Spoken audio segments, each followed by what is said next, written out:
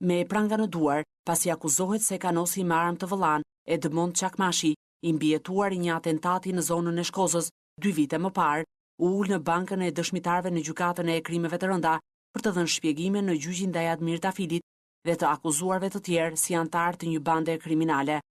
Ndonse në trup ka 4 plumba që i mori gjatë atentatit, ai nuk e ngriti gishtin e fajsisë ndaj asnjërit prej të akuzuarve. Madje në disa pika kyçe të dëshmisë, Çakmashi tha se nuk e mbante mend mirë ngjarjen.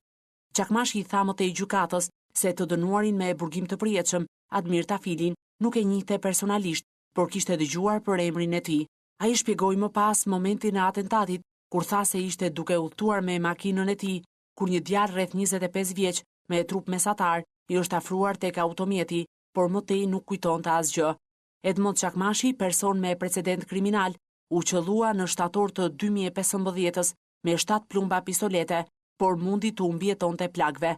Sipas prokurorisë, vrasja e Çakmashit ishte porositur nga Ardian Ozuni, i njohur me Nofkën Cufe, me ndërmjetësinë e Admir Tafilit, i cili kishte gjetur ekzekutorët. Në dosjen e organit të akuzës, thuhet se ndaj Çakmashit qëlloi i penduar i bandës Kristipine, i cili me që nuk arriti ta finalizonte krimin, u pagua vetëm 7.500 euro. I pyetur në gjykatë nëse kishte njohje me të pandehurin Ardian Ozuni, i cili gjykohet në mungesë, Çakmashi deklaroi se e njihte Cufen dhe kishte përshëndetje me të, por nuk kishte patur asnjëherë konflikte. Në përfundim të dëshmisë, ashtu sikurse hyri në sallën e gjyqit me prangën në duar, po ashtu Edmond Çakmashi edhe u largua prej andej. Admir Tafili dhe 10 të pandehurit e tjerë akuzohen për krime të rënda të kryer në kuadër të grupit të strukturuar kriminal. Tafili konsiderohet si kreu i bandës që urdhëronte vrasje nga qelia e burgut, ku vuan dënimin me burgim të përjetshëm.